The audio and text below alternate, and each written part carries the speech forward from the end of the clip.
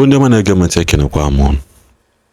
Ekene eme biko na ihe akita anụ na amam na ihe anwa bụ the first time mmadụ na call Fada Edeh out on social media.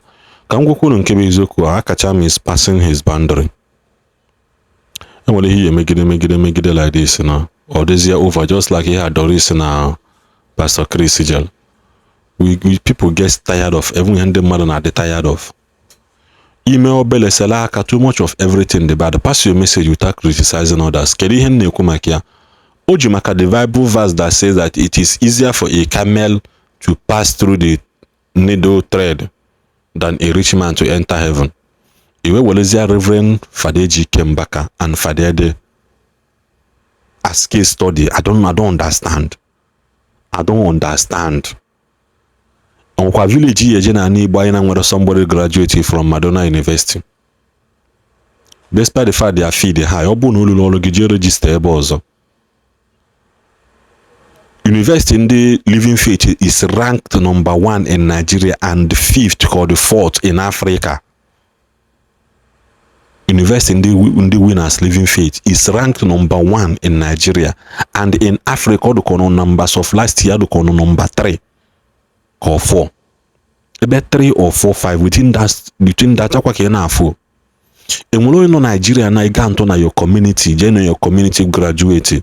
Had 10, at least 5 ga Madonna University. In a call Fada Edeh out. Enwere family no na Igbo na nwere somebody in your family na jebero adoration Enugu. I've never been to adoration, man. I'm Jegono.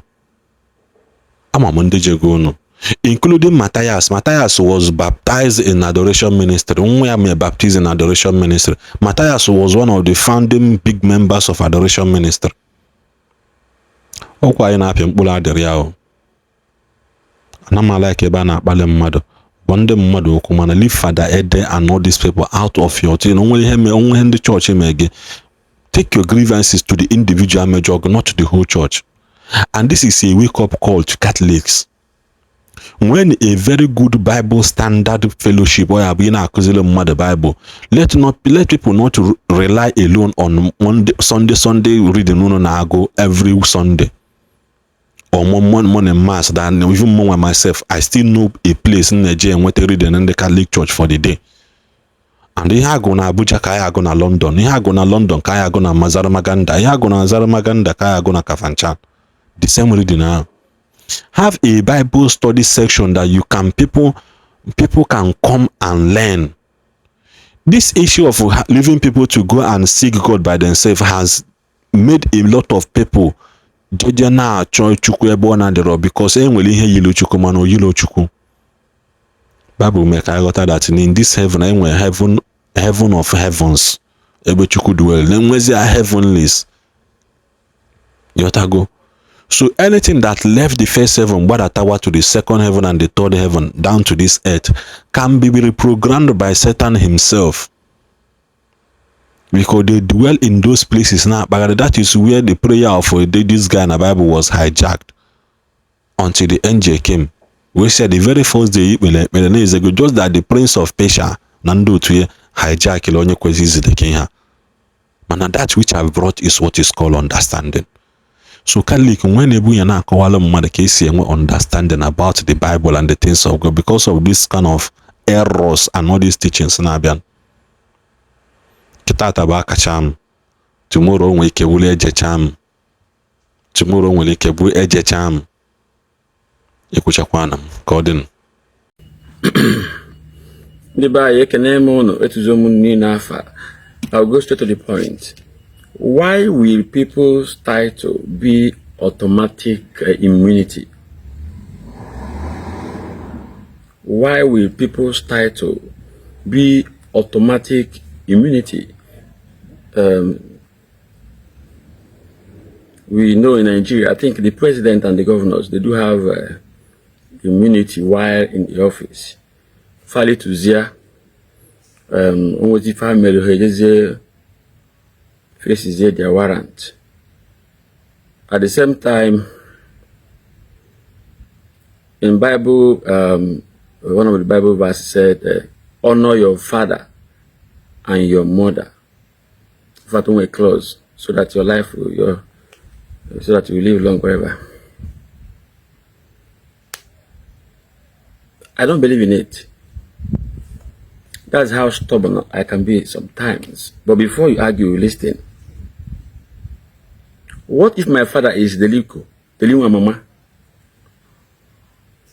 What if my mother is the president of Ndachawo, na Manumune de Manitili? Will I still have to honor them? So, honor, respect should be earned. We normalize evil when we see the truth, but we decide to keep quiet just because na onye mere alụ bishop that the GO Igwe Eze or a judge within that before when I melu I happy that side. Now the worst part now is that Obuna Igwe not your community or your town o may for job we go kidnap onwe ibaze na ekuno kidnap onwe na ali ma ransom which the community is mapu. The community leaders will boldly tell you that you are fighting the whole community. When about the whole community kidnap onwe or Igwe Maweze or Obi. The same with the religious leaders.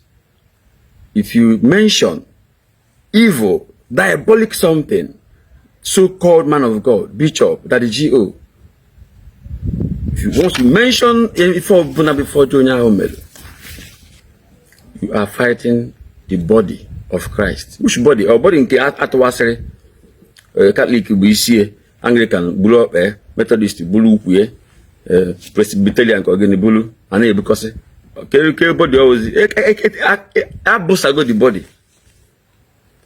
I have to write these things down because when I want to show you was up and no and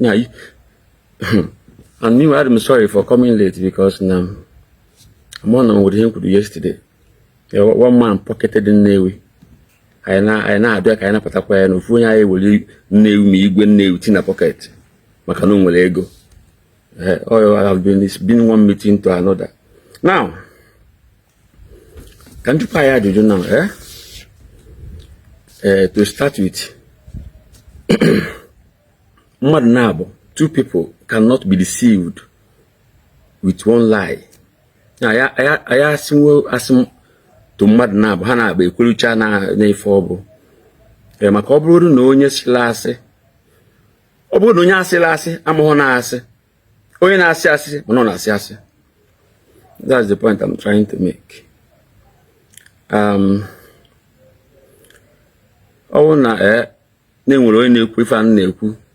About 40 years ago.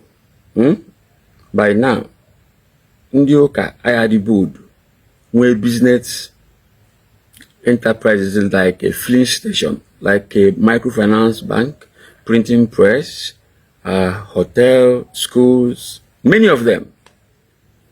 Before have worked at the real estate, Ndioka. And Umpuna church business, mother sin and fight the body of Christ. If I this year, if I this go no umpi. Maybe those people know. I want now. I made a 2 man for the happy what a film. Man, now for how long? Upon you will write what a film, all right? Even na leo since Fada Edeh, Fada Manuel Edeh, Fada Ejike Mbaka. Since man na ba you more passing na no gana edekwa anyway. Ha ka go na yin. Ha ka go pa yi. Fada Edeh is the richest black. What is black? Richest priest in the whole world. I challenge any priest ka Fada Edeh we go no wani ne. Na ku black. Now, let me use Madonna for example. I don't want to start mentioning businesses okay. na kpala ego gbasa holum and if you like when ka for henyu mkpọtụ o he mezi amansi o ji nwe na apịrị ya o ji nwe na apịrị the money Madonna for example ịchọ ịkwụgwọ akwụkwọ maka na enwe na na Madonna ọ na bank ya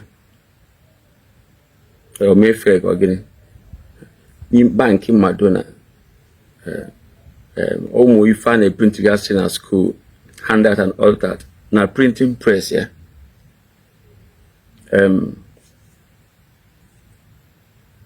Coke na Fanta na Coca-Cola do o nwere nke. What is business again biko no ka ife kpatara ndị mmadụ ya afụcha eziokwu na-ekpude ihu n'ala. Okay, part of why I know na chi ukwu kwadoro ife na-eme. Just today on my way to Oka and driver bụ nchochebe ya agba fuel ọ banye na Chukwu nonye na Nnobi Road in Nnewi, and that filling station is owned by the Catholic Diocese of Nnewi. Nanya mfunwa a relation bụ a seminarian as the fuel pump attendant.